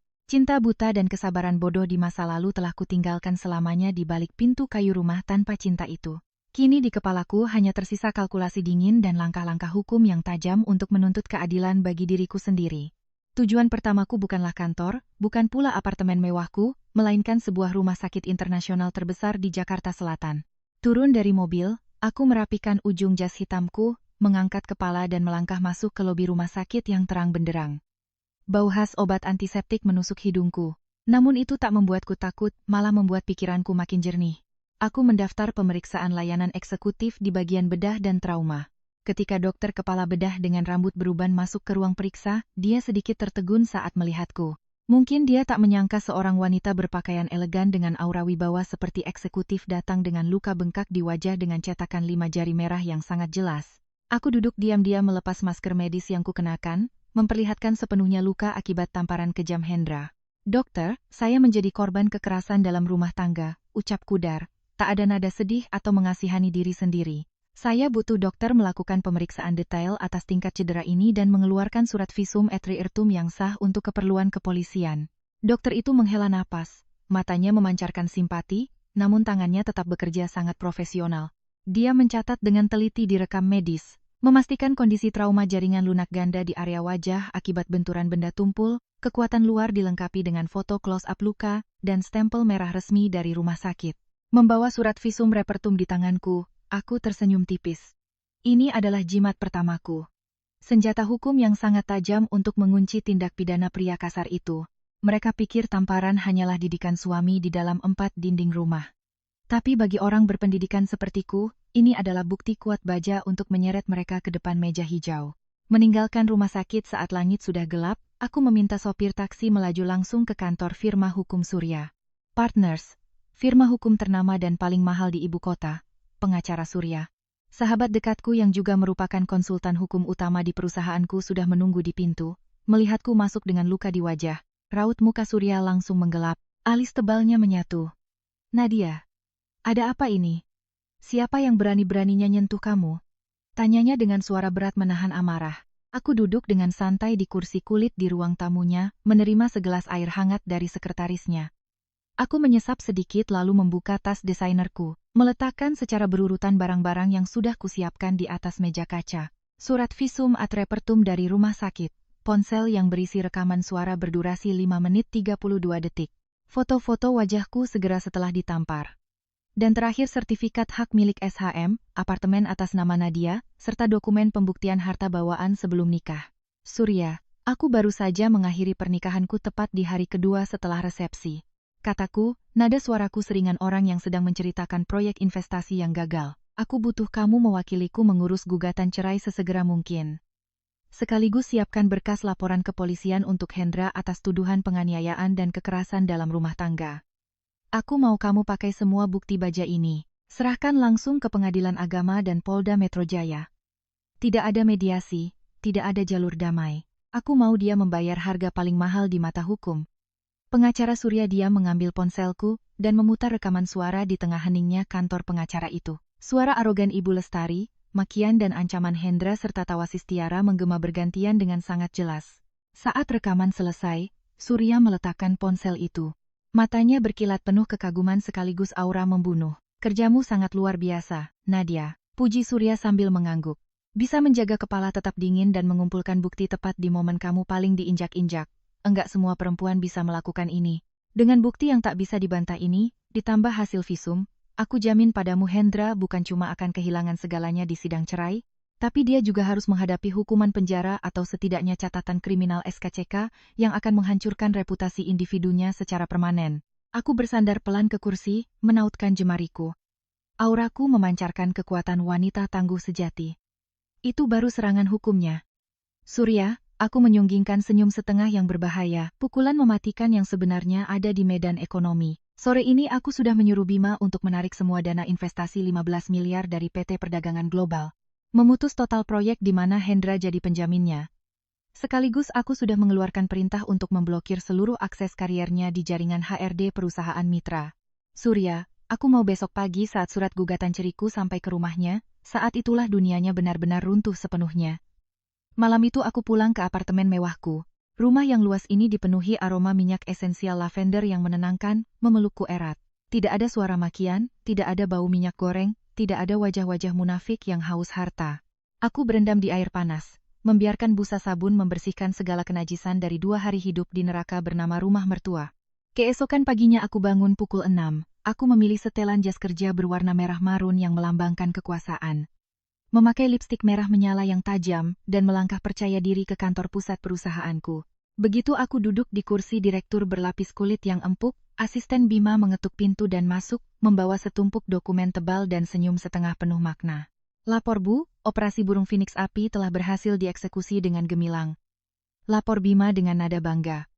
Pagi ini saat bank baru buka, perintah penarikan dana 15 miliar langsung dieksekusi. Sistem likuiditas PT Perdagangan Global langsung lumpuh. Para subkontraktor yang belum menerima uang muka langsung mendatangi kantor pusat mereka untuk demo menagih utang. Jajaran direksi mereka sedang panik luar biasa. Nelepon saya sampai HP panas buat mohon-mohon kita pikirkan ulang. Tapi saya sudah tutup semua akses komunikasi sesuai perintah ibu. Aku mengangguk puas membalik perlahan beberapa halaman laporan. Bagus sekali. Terus gimana nasib Hendra? Si tukang pukul itu update situasinya padaku. Bima sedikit berdeham menahan tawa. Lapor Bu. Menurut sumber dari HRD perusahaan sana, pagi ini Hendra pakai jas rapi ke kantor, yakin banget bakal dapat SK promosi jadi wakil direktur. Tapi baru saja dia masuk lobi, dia langsung dicegat security. Direktur utama PT Perdagangan Global turun langsung dari lantai 15, menunjuk-nunjuk wajahnya dan memaki-makinya habis-habisan di depan ratusan karyawan. Direkturnya bentak. Dia bilang karena kebodohannya. Perusahaan kehilangan mitra strategis terbesar dan rugi puluhan miliar. Hendra langsung dipecat detik itu juga secara tidak hormat tanpa pesangon sepesar pun. Lebih dari itu, perusahaan sedang menyusun berkas untuk menggugat dia ke pengadilan niaga, memaksanya bayar ganti rugi atas putusnya kontrak akibat kesalahan pribadi. Mendengar ini, rasa puas menjalar di sepanjang tulang belakangku. Itu adalah konsekuensi logis bagi bajingan yang berani pakai tangan kotornya menampar wajah perempuan yang sudah menopang hidupnya. Mereka pikir mereka bisa menginjak kepalaku untuk meraup uang, tapi mereka tak tahu akulah yang memegang kendali hidup dan mati di tanganku. Dan Bu, ceritanya belum selesai. Bima melanjutkan dengan dramatis. Pemberitahuan masuk daftar hitam atas nama Hendra sudah disebar ke semua jaringan HRD di Jakarta. Pagi ini juga pihak bank tempat dia nyicil mobil HRV-nya sudah mencium gelagat buruk ini. Bank serempak menelepon dia menuntut pelunasan utang sebelum jatuh tempo. Karena nasabah dianggap kehilangan kemampuan finansial dan berisiko terjerat masalah hukum, saya berani taruhan, saat ini rumah terpelajar mereka lagi kacau balau. Pasti pada nangis guling-guling pas sadar dunia halusinasi mereka udah runtuh dalam semalam. Semuanya berjalan tepat seperti naskah drama sempurna di mana aku adalah penulis sekaligus sutradaranya. Aku berdiri berjalan menuju jendela kaca besar di ruang kerjaku di lantai 30. Menatap arus kendaraan yang padat bagai semut di bawah sana. Aku membayangkan Ibu Lestari yang sedang menjerit-jerit panik, Tiara yang ketakutan karena tak ada lagi sumber uang untuk foya-foya dan Hendra yang hancur, dililit utang, reputasinya musnah tanpa tempat sembunyi. Satu tamparannya kemarin, hari ini ku balas dengan sambaran petir yang menghancurkan seluruh hidupnya. Serangan balik menggunakan intelektualitas dan hukum selalu menjadi senjata paling dingin dan kejam. Tanpa pertumpahan darah, tanpa perlu teriak-teriak, tapi mampu memutus seluruh jalan hidup musuh, aku tersenyum tipis, senyum kebebasan. Sore ini pengacara Surya akan resmi mendaftarkan gugatan cerai dan laporan pidana. Hari-hari persidangan yang akan datang akan menjadi rantai neraka panjang bagi keluarga Hendra. Dan aku Nadia akan berdiri di tempat paling tinggi, melipat tangan melihat mereka membayar setiap dosa kotor mereka. 2 bulan berlalu, sejak hari bersejarah itu, sidang putusan cerai dan gugatan pidana kekerasan telah tiba di Pengadilan Negeri Jakarta. Hari ini, matahari Jakarta bersinar cerah. Angin musim kemarau meniup dedaunan di halaman pengadilan. Aku turun dari mobil mewahku, mengenakan setelan blazer putih bersih, melambangkan kesucian dan awal baru yang bersinar. Berjalan di sampingku adalah pengacara Surya dengan gaya wibawanya dan Bima yang selalu setia membawa koper kulit berisi bukti-bukti penentu. Aku mengangkat kepala tinggi-tinggi dengan langkah penuh percaya diri. Sepatu heelsku beradu dengan lantai ubin, menciptakan suara solid yang menarik perhatian semua orang di ruang tunggu. Di sudut halaman, 3 manusia keluarga Hendra baru saja turun dari taksi online murah, sangat bertolak belakang dengan penampilanku yang anggun dan berkuasa. Kondisi mereka saat ini begitu menyedihkan hingga tak ada yang bisa mengenali lagi wajah keluarga yang dulu selalu menyombongkan diri sebagai keluarga beradab. Hendra terlihat sangat kurus, wajahnya tirus, brewok tak terurus, matanya cekung dengan kantung mata hitam yang dipenuhi urat merah akibat malam-malam tanpa tidur. Kemeja yang dia pakai kusut dan warnanya pudar, dasinya berantakan, persis seperti hidupnya yang sedang meluncur bebas ke dasar jurang. Sejak dipecat dan di-blacklist dari industri HRD, dia tak bisa mendapat pekerjaan apapun. Utang raksasa dari tuntutan ganti rugi perusahaannya telah mengubahnya dari pria angkuh menjadi buronan penagih utang. Setiap hari dia harus sembunyi dari rentenir dan pihak bank. Ibu Lestari bahkan lebih tragis. Tak ada lagi bayangan ibu mertua berdaster sutamarun pakai kalung emas tebal yang kalau buka mulut selalu ceramah soal tradisi keluarga. Hari ini dia pakai baju berwarna gelap yang kusam. Rambutnya sudah memutih separuh karena stres. Jalannya tertatih-tatih harus dipapah oleh Tiara. Si adik ipar yang dulu bermulut pedas menghinaku pemalas dan menghina makanan murah. Kini wajahnya pucat tanpa riasan, matanya liar ketakutan melihat sekeliling. Sifat angkuh dan kurang ajar mereka telah digiling hancur oleh kenyataan yang kejam. Begitu melihatku datang, mata Ibu Lestari tiba-tiba memancarkan seberkas harapan tipis, namun penuh keputusasaan. Dia buru-buru melepaskan pegangan Tiara, tertatih-tatih berlari ke arahku. Kakinya yang gemetar hampir saja tersandung. Nadia anakku, suaranya melengking parau terdengar sangat menyedihkan. Ibu mohon bukalah pintu hatimu. Lepaskan keluarga ibu nak. 2 bulan ini kami hidup segan mati tak mau. Hendra nganggur. Tiap hari ada deh kolektor teriak-teriak depan pagar. Rumah warisan peninggalan bapaknya terpaksa ibu gadain sertifikatnya ke bank buat bayar bunga utang dia. Tiara kepaksa cuti kuliah. Sekarang kerja jadi tukang cuci piring di warung makan buat beli beras. Ibu tahu ibu salah nak. Ibu salah. Tolong bilang ke pengacaramu cabut tuntutannya. Ibu mohon ampun. Dia nyaris mau berlutut di tengah keramaian itu untuk memeras belas kasihanku. Tapi Bima dengan sigap maju menghalanginya, menjaga jarak aman untukku. Aku menatap Ibu Lestari dengan pandangan sedatar dan sedingin danau di musim dingin. Aku tidak tersenyum sinis, juga tidak terlihat marah. Bagiku saat ini mereka hanyalah orang asing, bahkan tak pantas untuk kupikirkan. Ibu Lestari, suaraku keluar dengan nada datar, setiap katanya jelas. Ini pengadilan, tempat suci bagi hukum, bukan area cuci piring di rumah ibu untuk main drama mertua menderita. Buat apa ibu ceritain penderitaan keluarga ibu? Waktu anak ibu nampar bibirku sampai robek, waktu ibu nunjuk-nunjuk nyuruh aku sujud minta maaf. Apa ibu kepikiran soal belas kasih? Waktu anak perempuan ibu ketawa-ketawa nyuruh aku nyuci 6 meja piring minyak? Apa ibu kepikiran suatu saat dia bakal jadi buruh cuci piring beneran? Semua yang keluarga ibu alami sekarang orang menyebutnya karma. Apa yang ditabur itu yang dituai. Ibu nggak usah nangis nyalahin siapapun, salahkan saja keserakahan dan kekejaman keluarga ibu sendiri. Mendengar kata-kataku yang setajam baja itu, Ibu Lestari menangis terseduh-seduh membenamkan wajahnya ke bahu Tiara. Ibu dan anak itu berpelukan menangis di tengah halaman pengadilan. Hendra berdiri dari kejauhan, menyaksikan ibu dan adiknya dipermalukan, tangannya mengepal kuat, tapi dia tak berani melangkah maju sedikit pun. Otoritas patriarkinya telah hancur lebur. Dia menundukkan kepala, berbalik dan berjalan, menyeret bayangannya yang panjang dan menyedihkan di atas aspal. Sidang pun dimulai. Suasana di ruang sidang sangat tegang dan penuh wibawa. Hakim ketua adalah pria parubaya dengan wajah tegas membalik halaman berkas satu persatu. Setelah urusan administrasi selesai, pengacara Surya berdiri untuk membacakan tuntutan dari pihak penggugat, yaitu aku. Dengan suara berat dan tegas, Surya menunjukkan bukti-bukti satu persatu. Visum et repertum berstempel merah, foto-foto cetakan tangan di pipiku yang bengkak. Dan puncaknya adalah saat rekaman suara 5 menit 32 detik diputar di pengeras suara ruang sidang. Setiap kata arogan Ibu Lestari, ancaman patah kaki dari Hendra dan nada menghina dari Tiara menggema ke seluruh penjuru ruangan. Ruang sidang hening. Semua orang yang hadir mulai dari majelis hakim hingga hadirin sidang menatap dengan amarah dan jijik ke arah kursi tergugat. Wajah 3 manusia keluarga Hendra tak menyisakan setetes darah pun. Mereka menunduk dalam-dalam menyembunyikan wajah di meja, menutup telinga. Rasa malu dan hina membuat mereka ingin menggali lubang dan sembunyi ke dalam tanah. Pembelaan pengacara mereka terasa sangat konyol dan tak berguna di hadapan bukti-bukti baja ini. Akhirnya hakim ketua mengetuk palu kayunya ke meja, bunyinya bergema memutus putusan akhir. Pengadilan mengabulkan gugatan ceraiku seketika itu juga mengakhiri pernikahan konyol yang hanya bertahan 2 hari. Hendra tidak berhak mendapat sepeser pun dari apartemen SHM atasku dan dijatuhi hukuman pidana denda, kurungan atas kekerasan dalam rumah tangga, serta diwajibkan membayar ganti rugi material dan imaterial untuk biaya medis dan trauma psikologis.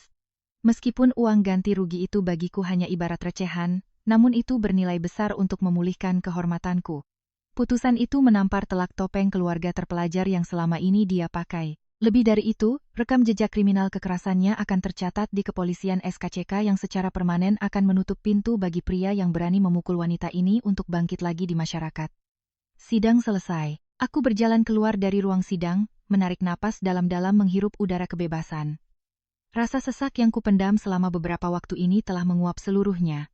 Hatiku seringan burung Raja Wali yang berhasil menghancurkan sangkar berkaratnya, merentangkan sayap, bersiap terbang ke angkasa yang luas. Tepat saat aku menuruni tangga pengadilan, Hendra tiba-tiba berlari menghampiriku. Bima berniat menghalangi, tapi aku mengangkat tangan memberinya isyarat untuk berhenti. Aku diam ingin menghadapi pria yang kalah ini untuk terakhir kalinya, melihat sejauh mana ujung dari penderitaannya. Begitu sampai di depanku, kaki Hendra seolah meleleh. Dia jatuh berlutut dengan suara bruk. Pria yang dulu mengaku sebagai tulang punggung yang sok keras ingin mendidik istrinya dengan tinju, kini bersujud di bawah ujung sepatu heelsku. Dia menangkupkan kedua tangannya, memohon dengan penuh kehinaan. Nadia, Nadia, Maafin aku, Hendra berteriak. Air mata ingusnya belepotan di wajahnya yang tirus. Aku hilang semuanya, Nat. Aku enggak punya apa-apa lagi. Utangku numpuk, rumah mau disita bank, namaku hancur. Aku tahu aku bajingan, aku bodoh, aku serakah, aku mohon. Kamu kan direktur banyak relasi. Tolong ngomong ke perusahaan global supaya cabut gugatannya. Kalau enggak aku bisa dipenjara. Asal kamu maafin aku rela jadi babu kamu seumur hidup. Tolong kasihani orang melarat kayak aku ini. Aku berdiri di anak tangga yang lebih tinggi darinya. Menunduk melihat pria yang merangkak di bawah kakiku. Mataku tak beriak sedikit pun. Aku justru merasakan ironi yang menyedihkan dalam benakku. Ternyata sifat patriarki dan arogansi yang selama ini diagungkan itu dibangun di atas fondasi pengecut dan mental pekundang yang begitu menyedihkan. Ketika berhadapan dengan kekuasaan absolut, mereka siap membuang semua harga diri, berlutut menjilati sepatu orang yang pernah mereka injak-injak. Hendra, kataku pelan, suaraku yang dingin bergema di udara. Kamu nggak perlu berlutut di sini untuk mengotori mataku. Setiap manusia harus bertanggung jawab atas perbuatannya. Saat kamu mengangkat tangan menamparku, kamu sendirilah yang menandatangani vonis mati untuk hidupmu. Bukan aku yang memojokkanmu sampai mati. Keserakahan, keangkuhan, dan kebodohan keluargamu lah yang mendorongmu ke dasar jurang sana. Memohonlah pada hukum, memohonlah pada orang-orang yang kamu rugikan. Jangan memohon padaku. Nadia ini bisa memaafkan orang yang khilaf, tapi tidak akan pernah membagikan rasa kasihan untuk manusia tak tahu diuntung dan kejam sepertimu. Setelah selesai bicara, aku berbalik melangkah tegas, tak sudi menoleh ke belakang walau sekali. Di belakangku, suara tangisan penyesalan Hendra jeritan meratap Ibu Lestari menyalahkan nasib terdengar memilukan. Suara-suara itu perlahan menyatu dengan hiruk-pikuk lalu lintas Jakarta. Aku masuk ke dalam mobil mewah yang pintunya sudah dibuka menungguku. Pintu mobil ditutup, meninggalkan masa lalu yang kelam di belakang, meninggalkan manusia-manusia beracun yang sedang menanggung akibat dari hukum karma. Mobil melaju perlahan, menyatu dengan keramaian jalanan kota yang terus bergerak. Aku melihat pantulan bayanganku di kaca jendela, melihat sosok Nadia yang jauh lebih cantik, kuat, dan penuh kebanggaan dari sebelumnya. Karier yang gemilang masih menungguku di depan sana. Proyek bernilai miliaran rupiah masih menunggu keputusanku. Aku tersenyum. Senyuman seorang pemenang, seorang wanita yang telah menggunakan intelektualitas, keberanian, dan harga dirinya untuk menghancurkan tradisi kuno yang membelenggu dan menegaskan nilai sejati dirinya di dunia ini. Para penonton dan pendengar yang budiman, cerita tentang perlawanan elegan seorang wanita tangguh bernama Nadia hari ini kami akhiri sampai di sini. Melalui kisah ini, kita menyadari bahwa harga diri dan kecerdasan adalah perisai paling kokoh bagi seorang perempuan untuk melindungi diri dari badai kehidupan. Apakah Anda merasa puas dengan akhir nasib keluarga Hendra? Silakan tinggalkan komentar untuk berbagi pandangan Anda di bawah. Jangan lupa tekan suka berlangganan saluran dan bagikan video ini untuk mendukung kami agar terus menghadirkan kisah-kisah penuh makna lainnya. Semoga Anda semua senantiasa dikaruniai kesehatan, kedamaian, dan kebahagiaan.